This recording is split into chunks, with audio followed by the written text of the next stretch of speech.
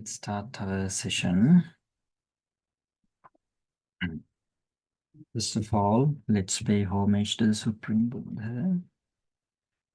Namo tassa bhagavato arahato samma sambuddhassa.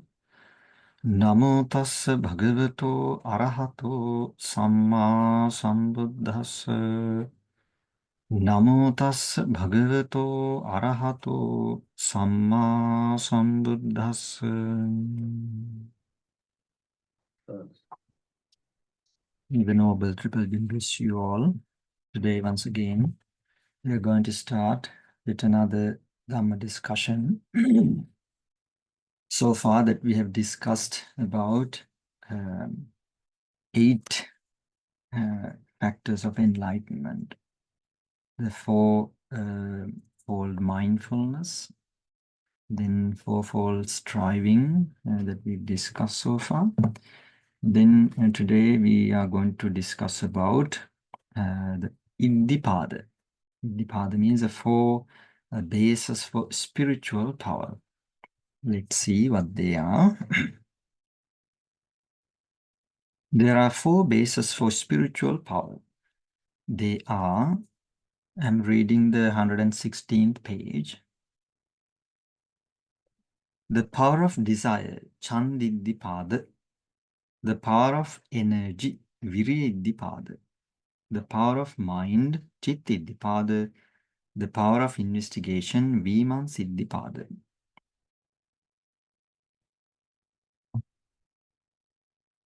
Iddhi means something happens. The term Iddhi is called power that can be done. Plants and trees, they never move to another place and die at the same place where they were born. But beings move from place to place. Their moving is a power. Some beings do not see what is there around them, and some beings see them. Their sight is also a power. Some beings do never hear any sound, but some others hear them. Their hearing is also a power. Most beings cannot communicate with others through speaking, but humans do so. Humans' ability of speaking is also a power. So here Iddhi means something happens. So as explained, various activities that we we perform in day-to-day life is also sort of Iddhis or some happens of actions. In this manner, there are many powers in the world. However, all of them are not considered as powers by the people. What they consider as power are the things that can be performed through mental power, such as going through the air, creating rain and winds, remaining invisible, seeing things which cannot be seen through the naked eye, and understanding others' intentions. These cannot be done by everybody, but only a few persons, even that is hard to perform. Here, in this case of the basis for power, Iddhipada, power means the things that cannot be done by everybody. In this dispensation of the Buddha, there are 5 powers to be developed, which the cessation of samsaric suffering. These are the powers to be expected by the practitioners. The bases for power are to be developed for the attainment of those powers.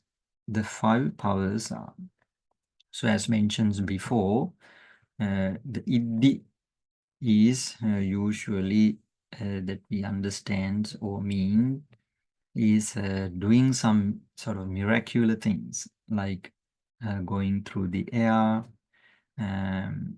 something like that, performing some special psychic abilities or psychic things.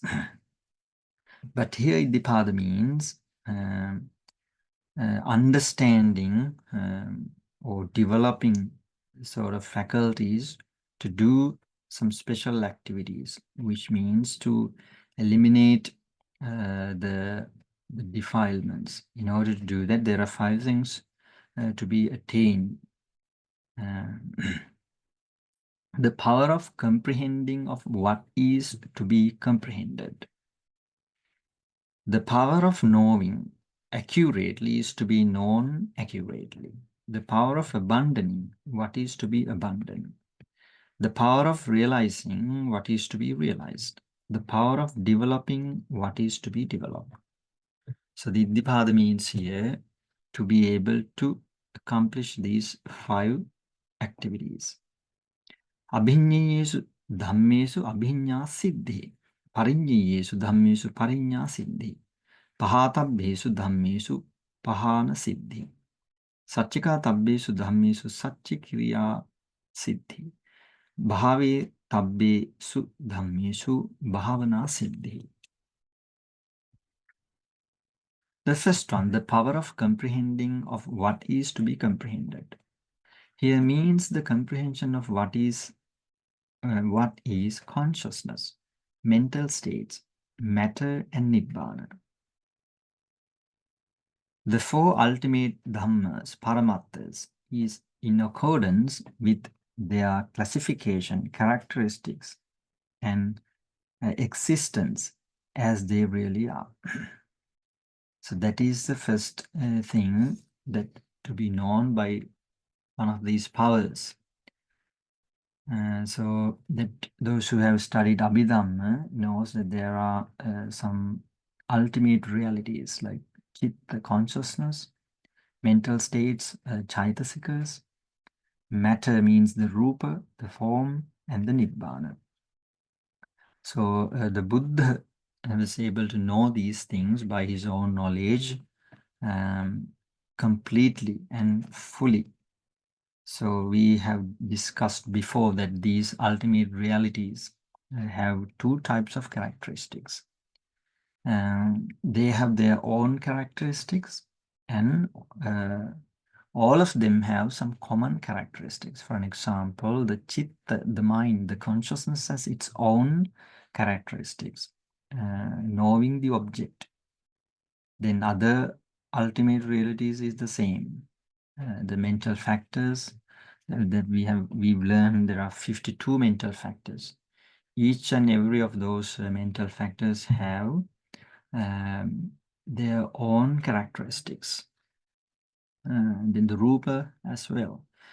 The common characteristics or the universal characteristics, as we've learned, there are 3, like impermanence, anicca, suffering, the dukkha, and non-self nature, anatta. So those are the 2 types of characteristics that we have to comprehend. Name and form which are concealed by 4 compactness of the compactness as continuity, santati ghana. The compactness as a mass, samoha ghana. The compactness as a function, kiccha ghana. And the compactness as a cognitive object, arammana ghana. The manifested not as things but as beings or persons. Therefore, the people are deceived by them. Understanding their real nature is quite difficult. Such things are revealed only when the Buddhas are born in the world. It is certainly impossible to understand them from any other religion, philosophy, or science, except the teachings of the Buddha. So here there are 4 factors that conceals the true nature of the things. For example, the santati ghana,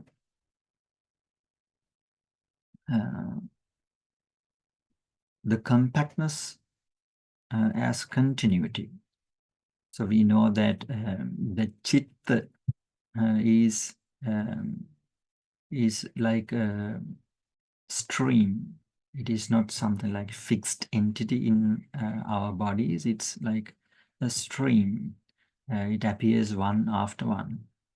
But in ordinary knowledge that we don't understand, that we think, okay, there is a mind. So that is why it is said that that we are deceived. And the rupas as well, the same, samoha gana. When we take an object like maybe a person, there are hundreds and thousands and millions of rupas, small particles of rupas. But we think, I mean, the ordinary people take them as one thing.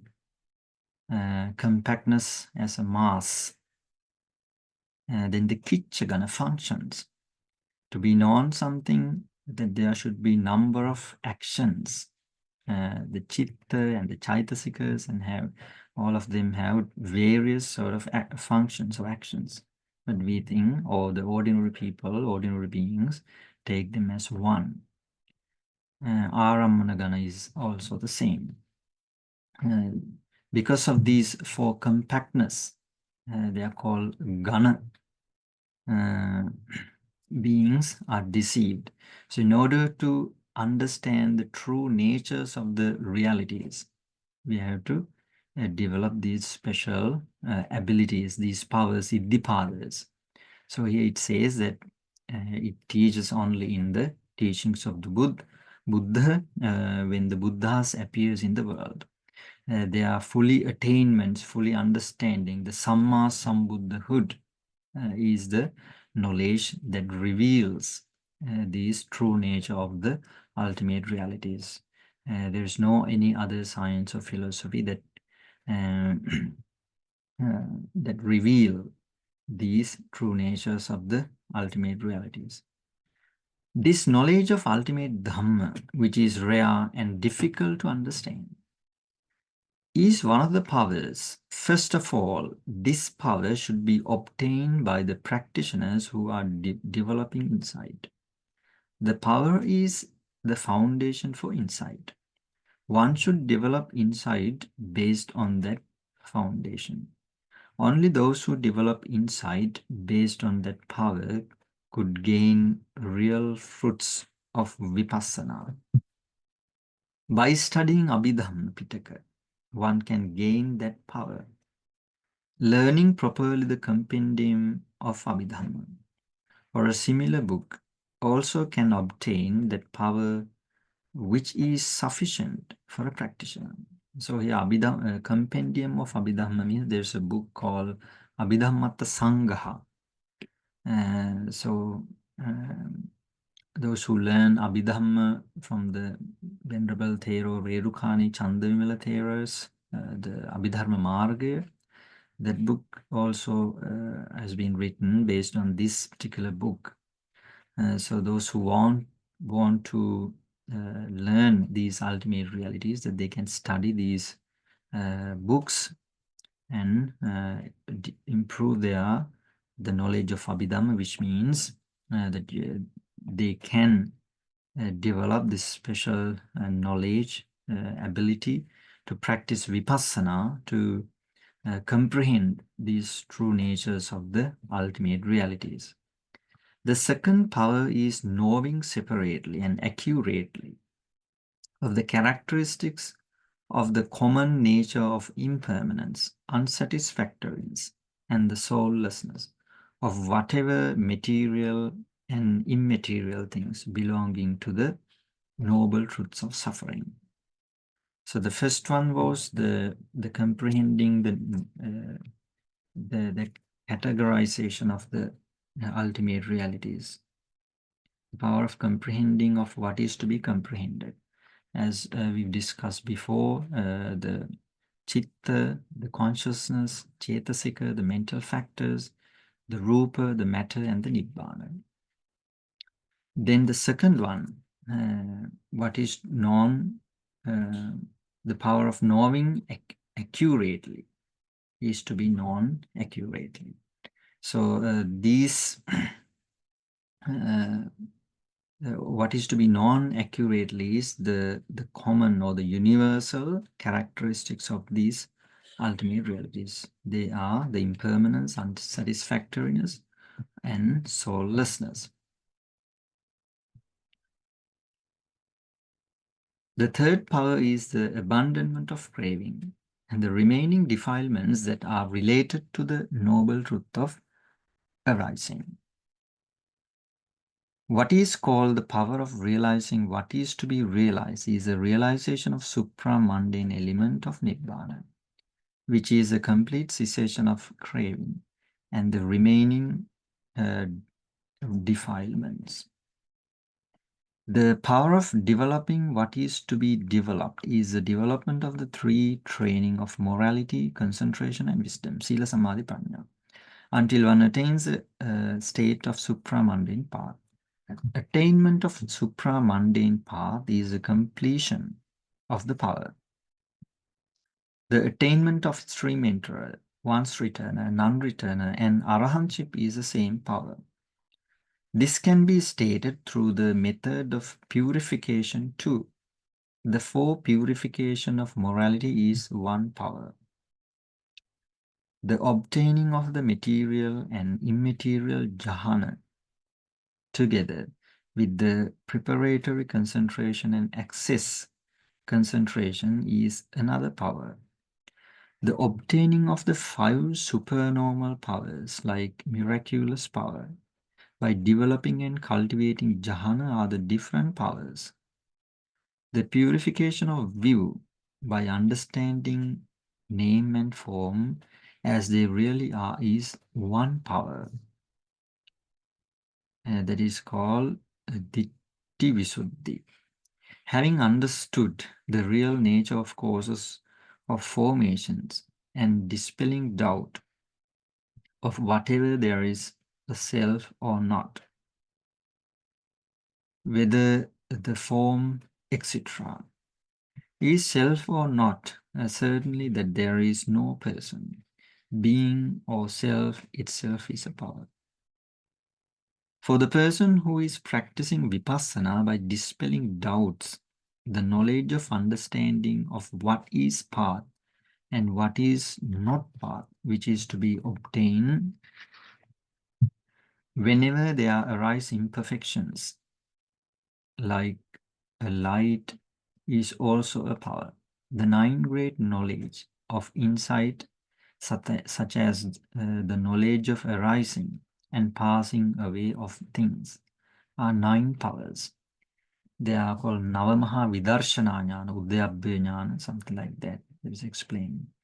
The four supra-mundane paths are four powers. All these are the powers in the dispensation of the Buddha. So these powers are going to be completed when one attains the arahanthood.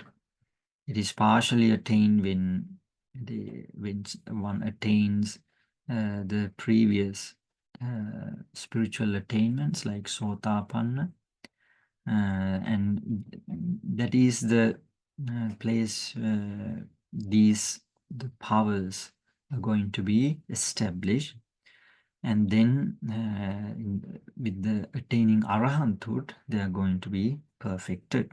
Before that, the ordinary ones they can develop, but it's not fully established.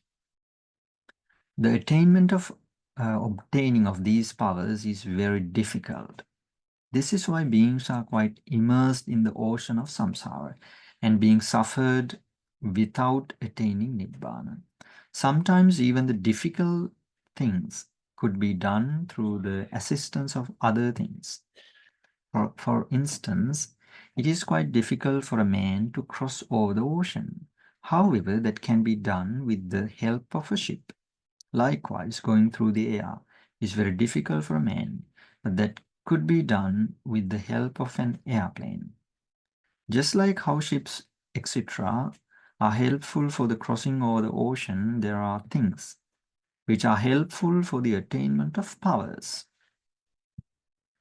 One can develop them and with the assistance of them can obtain powers. What we call the basis for power, iddhipada, are the things that are helpful for the attainment of those powers. Therefore, if one gains power through the assistance of certain things, they are called the bases of power. Those four bases for power are mentioned at the beginning of this topic. So there are 5 things to be done to attain the arahanthood or the higher fruits. In order to attain those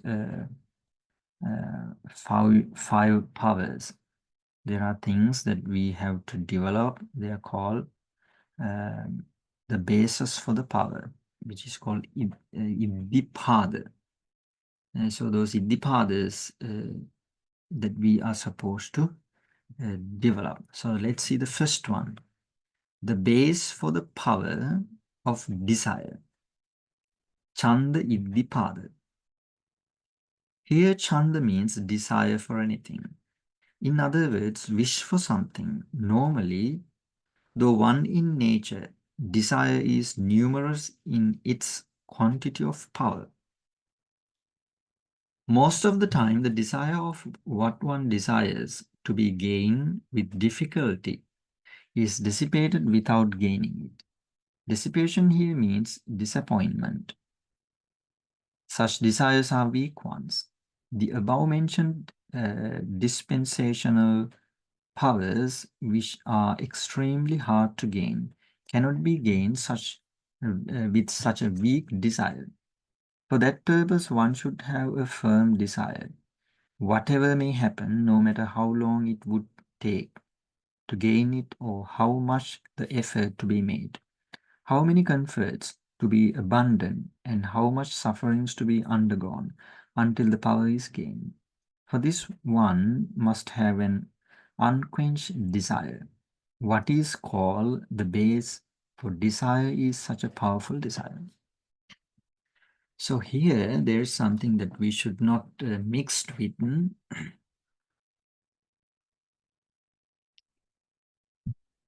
When you hear desire, you should not mix it with the lobha, which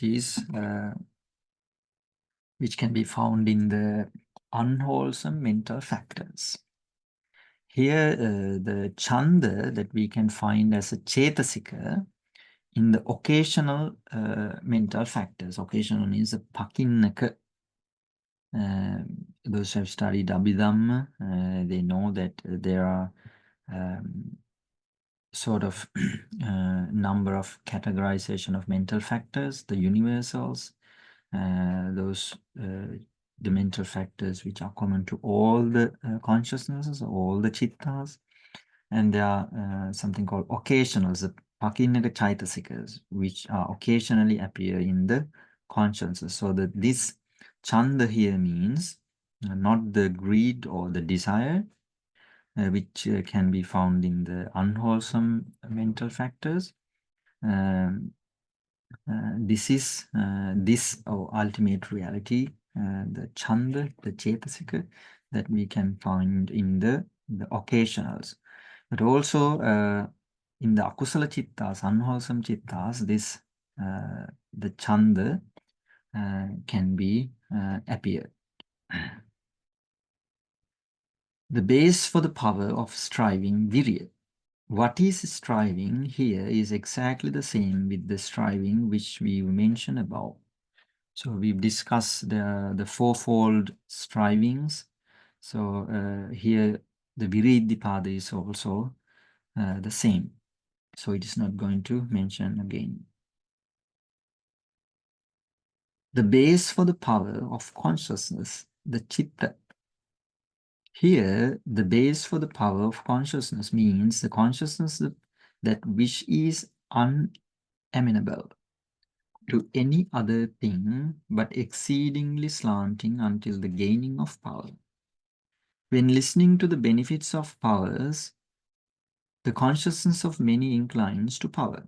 Then many think that it would be better if I too would be able to gain such power. However, before they gain such power, their consciousness inclines again to sensual pleasures. And then they forget this power. Such a weak consciousness is not the base for power. So these, the powers, the Iddhipadas, should be very powerful, as we've discussed before. The Chanda, those who want to attain the higher attainments, they should have sort of the tremendous chand, otherwise they can't. Though they initiate some meritorious activities, they after some time they abandon them. So those who have very strong chanda, they can fulfill their wishes, like the Mahabodhisattvas. They have very strong chandas for a long time. We know that how the Mahabodhisattvas practice the virtues, the perfections. So all the time they have the great chanda and all these the powers, the virya, as we've discussed before. They even put their life on the line to practice the virtues. And the other as well, like chittas, chittidhipada. They have strong determination. They never give up until they attain their final goal. Like the Mahabodhisattvas and like the great Arhantas, those who have these powers to attain those higher attainments. So it is very important to develop them without giving up. The base for the power of investigation, Vimansiddhipada. The base for the power of investigation is a knowledge of ability to engage in the deep Dhamma, like aggregates, which sees the danger and greatness of suffering of hells, the greatness of samsaric suffering, and the benefit of power. So here simply Vimansa means the Panya, the right understanding. So when you develop right understanding, you could see the danger of the samsara and the heaviness of the suffering in the hell and the danger of the samsara, and being a worldly person, that you can learn them when you develop your right understanding or develop your Vimansa-Iddhipada, which means your right understanding. So as much as you develop your Vimansa-Iddhipada, your right understanding, you see the danger of the samsara and you see the benefits of developing these spiritual qualities. One who has at least one base of power will attain paths and fruitions in the very dispensation of the Buddha, either in this life or right after this life.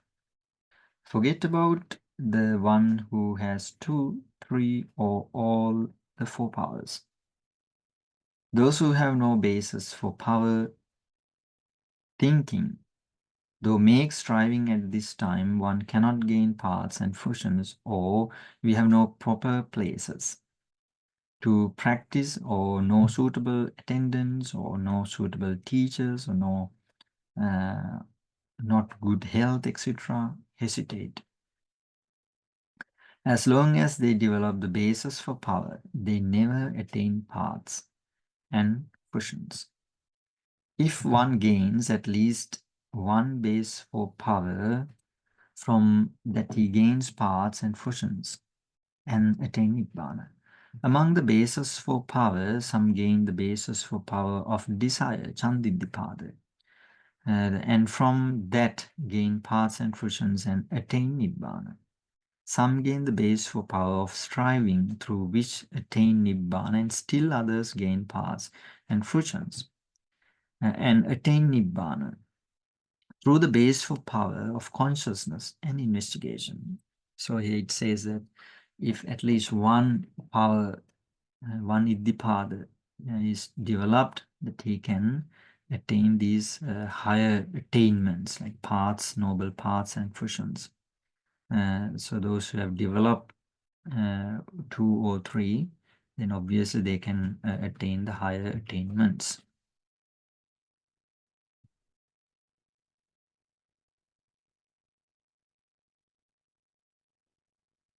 The Arahant, Venerable Rattapala, attained Arahantship dependent on the baseful power of desire.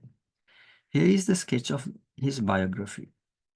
There was a small village named Tullakottita in the Kuru country, India, and there lived a millionaire.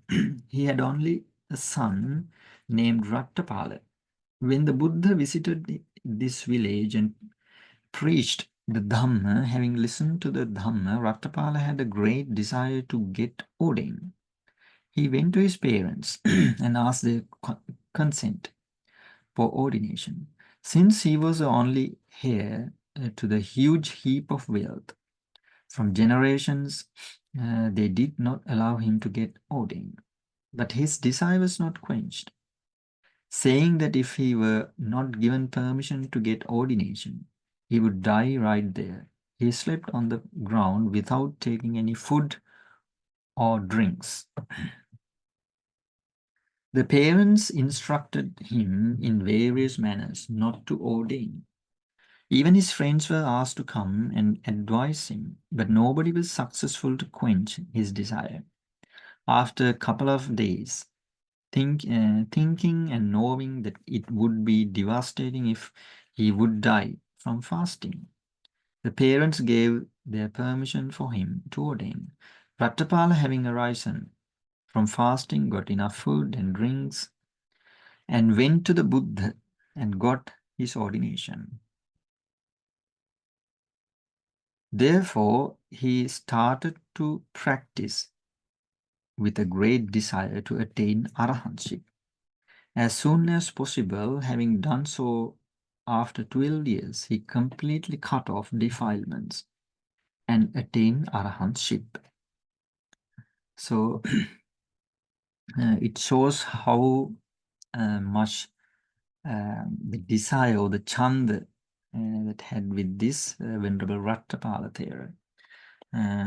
Without having that great deal of desire, he would not have been able to attain these higher attainments. So he never gave up, even the parents didn't like before.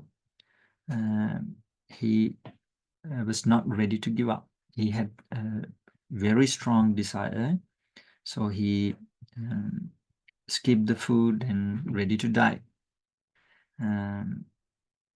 So after 12 years that he was able to attain the arahantship because of these, the chanda, the great chanda, the desire that he had to practice the spirituality. The arahant when Sona attained arahantship dependent on the base for power of striving. He was a millionaire's son from the city of Champa.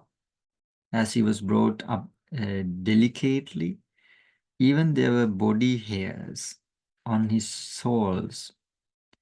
Once having heard that there was a person who had body hairs on his soles, on his feet, under the feet, he was summoned by the then king Bimbisara and examined. Later on, having renounced his lay life, Soma got his ordination in the dispensation of the Buddha. After his ordination, he lived in the woods named Sitavana. He became a monk and completely monkhood with strenuous striving. In order to prevent sleepiness, he practiced walking meditation.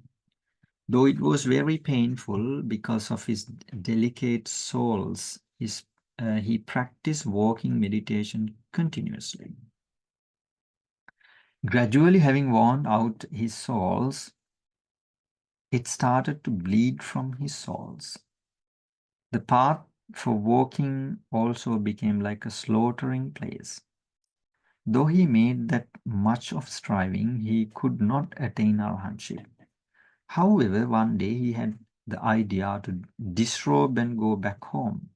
The Buddha saw this through his divine eye and approached him and giving the simile of the lute advised him to practice not over striving or less striving, but moderately. He was a lute player in his lay life. Then, when Sona did so, and before long cut off all taints and attained arahantship. So he had the second Iddhipada, power of base of power, Virya Iddhipada. So because of his delicacy, he was brought up in luxury, that he had the body hair even under his on his feet. So when he because of he had some great effort striving, that he practiced the walking meditation, because of effort that he put on, it started bleeding. So it says here the place became like a slaughtering place because of the bleeding, but he still never gave up. But at one moment that he thought to give up, then the Buddha saw that his thoughts with the divine power, divine eye, then approached and gave a simile that violin or something, that when he played that the strings should not be too tight and too loose. When he maintained them moderately, he could play as he was a lute player before in lay life. So he understood and practiced the effort moderately, and at the end he was able to attain the arahanthood, arahantship. So that is the example of for the Virya Iddhipada. The Arahant, when Sambhuta, attained arahantship, depended upon the base for power of consciousness. He received the object of mindfulness of the body for his meditation from the Buddha, and lived in the woods named Sitavana. Once a certain demon named Vessavana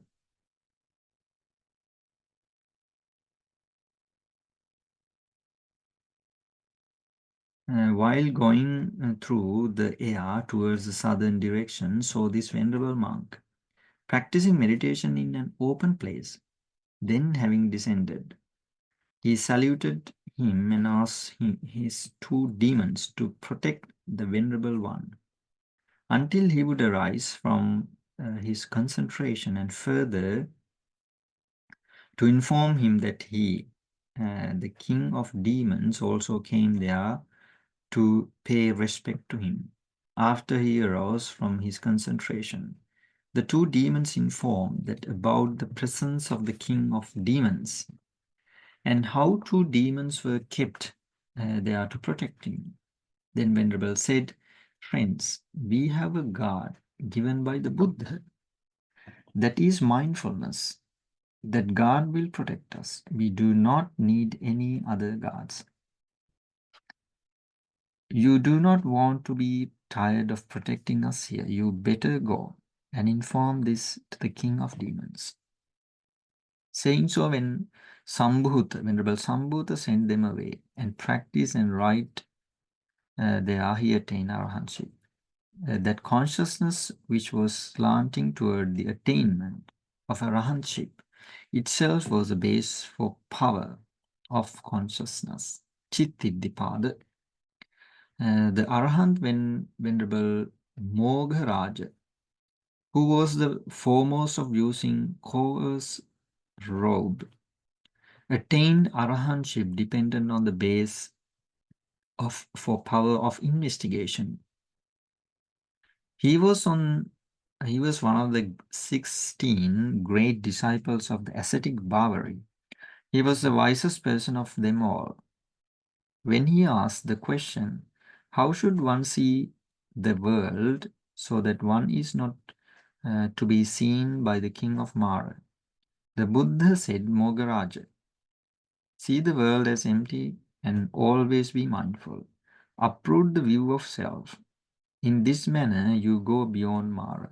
When you see the world in this manner, the king of Mara will never see you.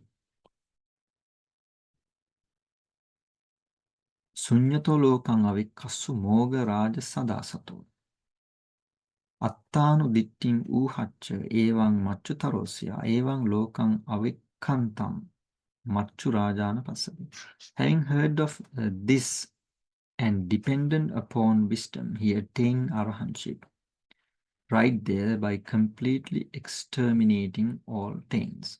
So here in this stanza, the above stanza says about the true natures of the world. World means the skandhas, or the ultimate realities.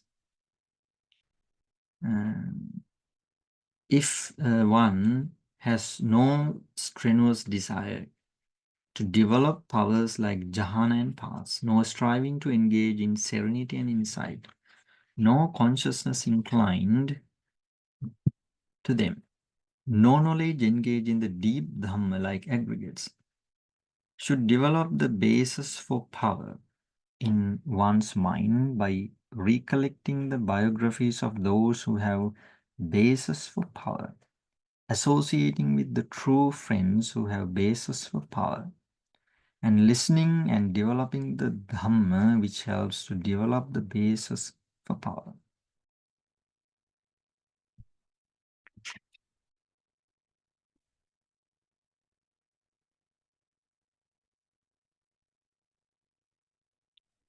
It is, as says here, it is very important to develop the understanding or the learning the teachings, which is about the deep teachings of the Buddha, then and learning the biographies like we did moments before, those the great arahantas who had never given up until they attain their attainments. Learning them is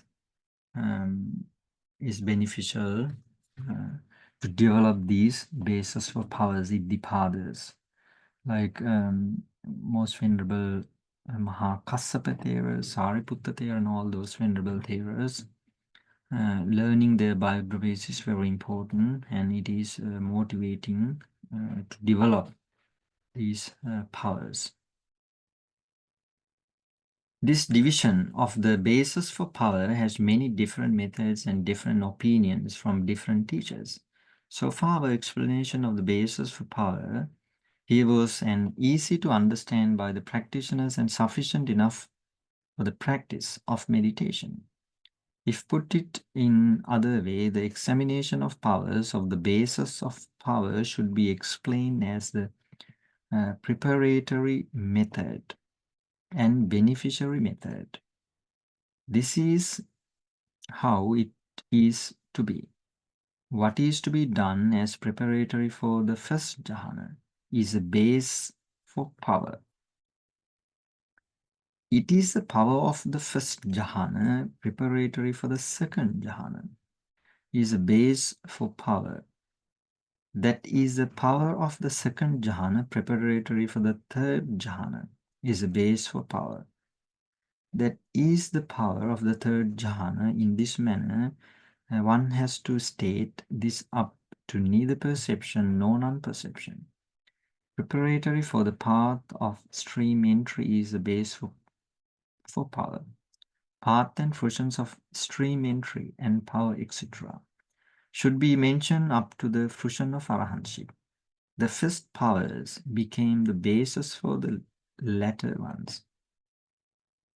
The base for power of the first jhana, the second jhana, the third jhana, likewise, this should be explained up to the fruitions of the arahantship. Here ends the section of the basis for power. So that is all about the basis for powers, Iddhipada. So there are four Iddhipadas, basis for power that we discuss.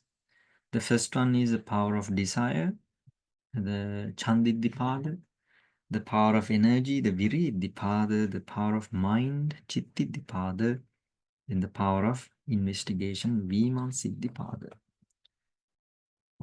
So anything to be discussed or any questions to be discussed?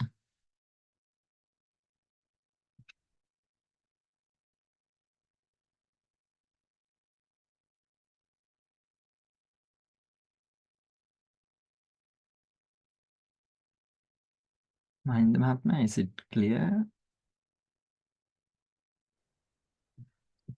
Needs to be studied again, Bante, I think, to fully grasp it. Yes, yes, and when you read and study again and again, you can clarify it more.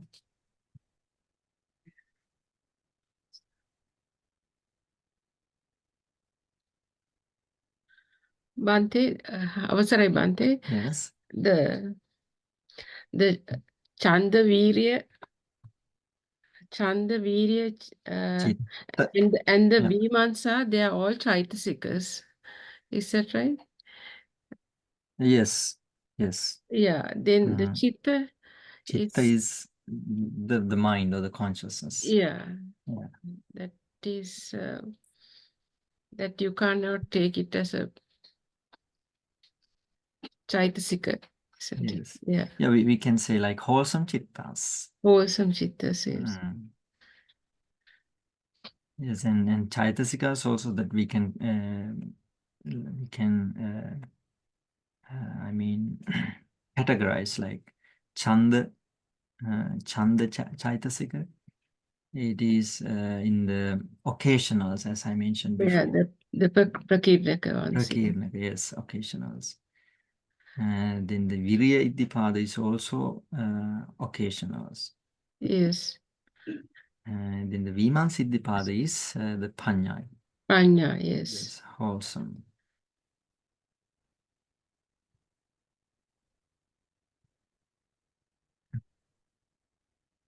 Thank you, Bante. It's okay.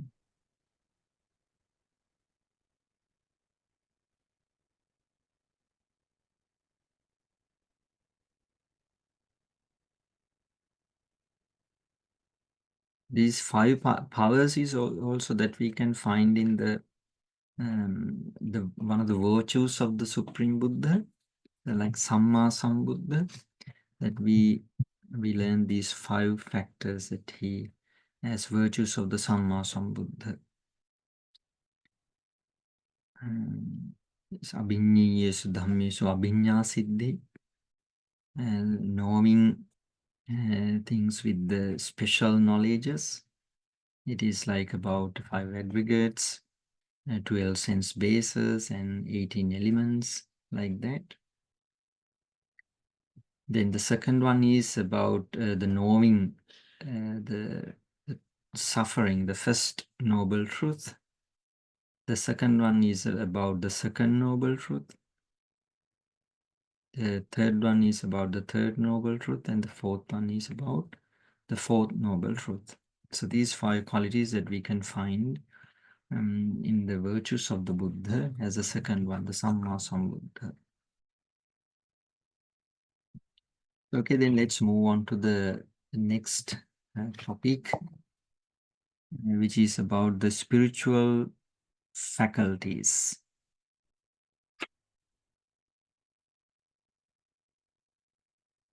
Spiritual faculties means here the Indriyas, Indriya Dharma. The spiritual faculties, monks. The faculty of confidence is a factor of enlightenment.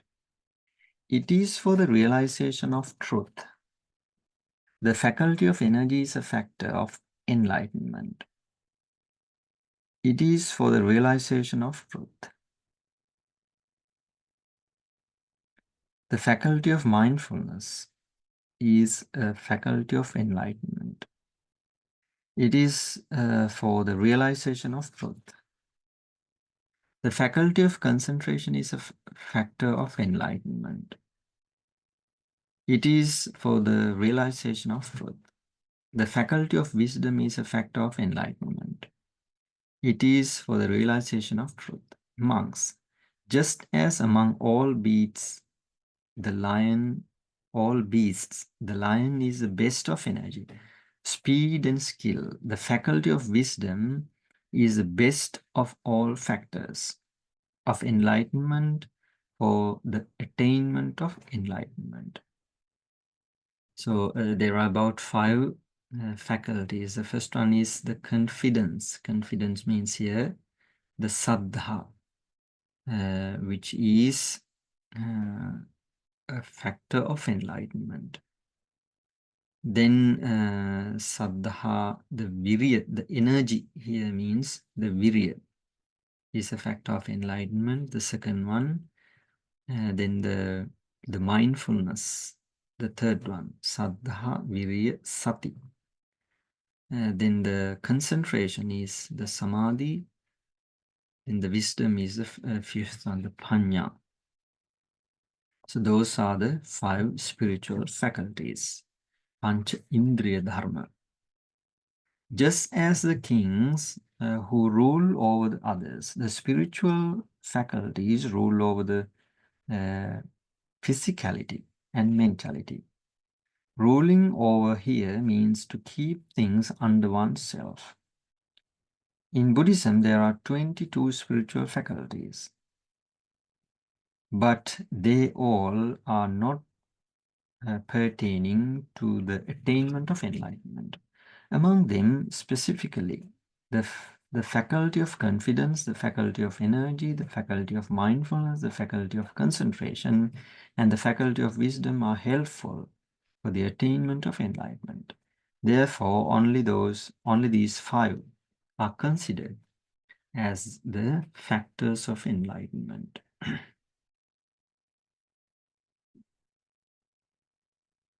Yes, there are in the Abhidhamma there are 22 indriyas, or the faculties, but among those 22, this 5 is also included. But here, as mental factors, we take only these 5 because this 5 is the more important to attain the arahantship or the enlightenment. The spiritual faculty of confidence, the saddha. Here the confidence means the confidence in the virtues of the Buddha, Dhamma and Sangha, and accepting merit as well as demerit and their results. Faith is another name for that. However, it is to be understood that faith in other things than the virtues of the Buddha, Dhamma and Sangha are not regarded as confidence. In this case, saddha. Pleasing is another term for confidence. The defilements like delusion, views, and conceit never allow mind to accept the virtues of the Buddha.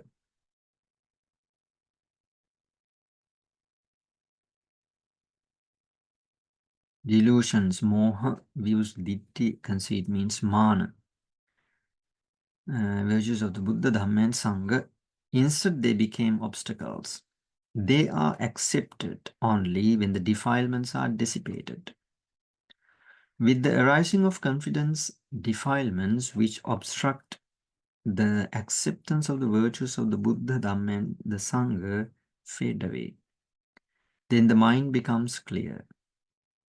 That clearance of mind should be understood like the clearance of water from mud and other things.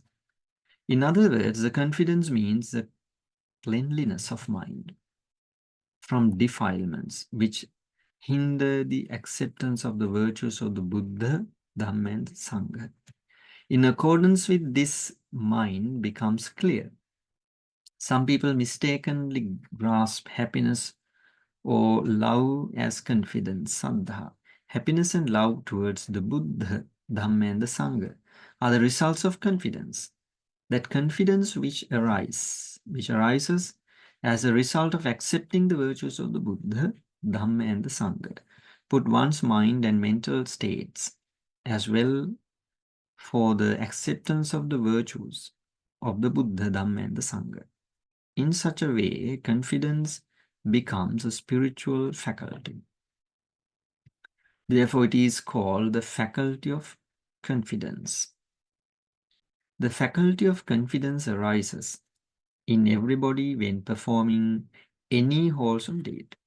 There is no wholesome deed done without the spiritual faculty. But each spiritual faculty is not considered as a factor of enlightenment. The weak confidence that arises while performing meritorious deeds such as offering alms, observing morality and meditation on loving friendliness, thinking that it would also be a cause for the happiness after death, would not be sufficient enough for meditation. When engaged in meditation, that weak confidence is not skillful enough to control or win over one's mind. While meditating, the confidence is easily defeated by the mind. Then the mind turns away from that confidence. Therefore, that weak confidence is not a spiritual faculty of confidence for the factor of enlightenment. For the person who has weak confidence, meditation is an unpleasing thing. For him, her, there is no enjoyment of or pleasure. Therefore, though started to practice meditation, his or her mind inclines towards sensual pleasures. One should have great confidence for the enjoyment and pleasure of meditation. Only that confidence becomes a spiritual faculty of confidence for the factor of enlightenment. The natural confidence that could be developed up to that level is also only obtained through engagement in meditation. Therefore, that confidence is also called the developed confidence. One should cultivate this developed confidence or the spiritual faculty of confidence for the continuity of meditation until the attainment of the state of supramundane path. The practitioner who practices the development of the spiritual faculties should understand the development or undevelopment of the faculties as well. The power of spiritual faculties should be investigated from the place where there is the power.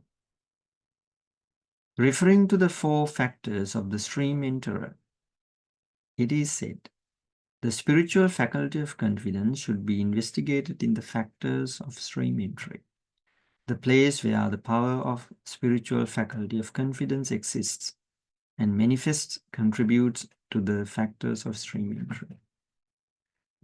When practicing meditation on the virtues of the Buddha, Dhamma and the Sangha, and if that object is quite interesting and enjoyable when contemplated upon that, and even that could be contemplated upon as long as one wishes, as the person attained jhana, that should be understood as a sign of the development of faculty of confidence.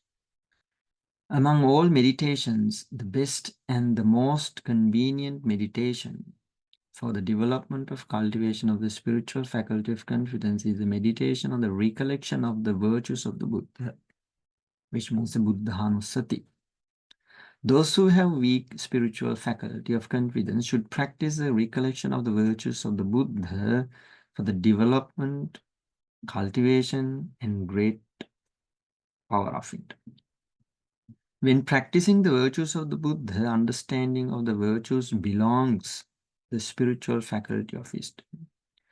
One should start to practice the recollection of the virtues of the Buddha with the clear understanding. The spiritual faculty of confidence never develops by practicing meditation on the virtues of the Buddha without understanding the virtues of the Buddha. So here it explains the importance of developing the saddha. So without saddha, it is impossible to develop any virtues. Here it explains like the just offering danas and doing small wholesome activities. It's not counted as the faculties or the indriyas. It should be developed to certain level as a indriya. So without this faculty or the saddha, it is impossible to develop any wholesome. So it is very important to develop this saddha in the Buddhist spiritual practices. In order to develop that, it was suggested that practicing the recollection of the virtues of the Buddha is beneficial to develop the saddha. Those who have lacked in the saddha, they can develop the saddha practicing the Buddhanussati, recollection of the virtues of the Buddha. So understanding the virtues is also very important, like that, you know, there are 9 qualities of the Buddha, like Arahant, Samma Sambuddha, Vijjacharan Sampanna.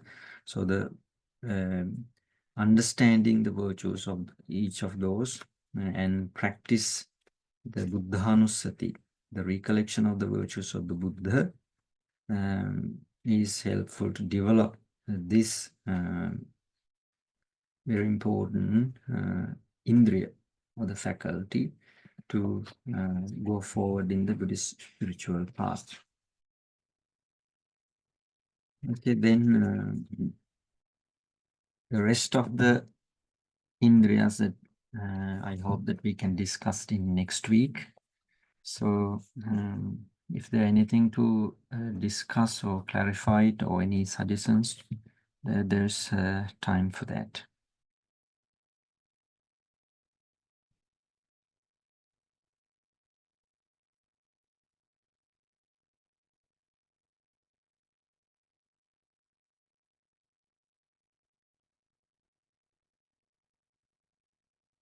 If not, then let's wind up today and let's do it in the next week. So then today that we all discuss this noble Dhamma and try to understand these factors of enlightenment, which is very important, which is vital in the Buddhist spiritual path, and learning them is very important to improve them in our hearts. So today that we try to learn and clarify these factors of enlightenment to our best, and I suggest you all to learn them, read again and again, and try to comprehend much more. So today that we so far discussed this noble Dhamma and generated enormous amounts of wholesome thoughts in our hearts. So let's share, let's dedicate these merits to our departed relatives. May all our relatives who expect this merit accept all the merits, and may they happy and prosperous, and may attain the supreme bliss of Nibbana. Idammi ñāti nang hotu sukhita huntu ñātayo. Idammi ñāti nang hotu sukhita huntu ñātayo. Idammi ñāti nang hotu sukhita huntu ñātayo. And let's transfer the merits to the Devas, divine beings as well. May all the deities accept these merits and may protect all of us.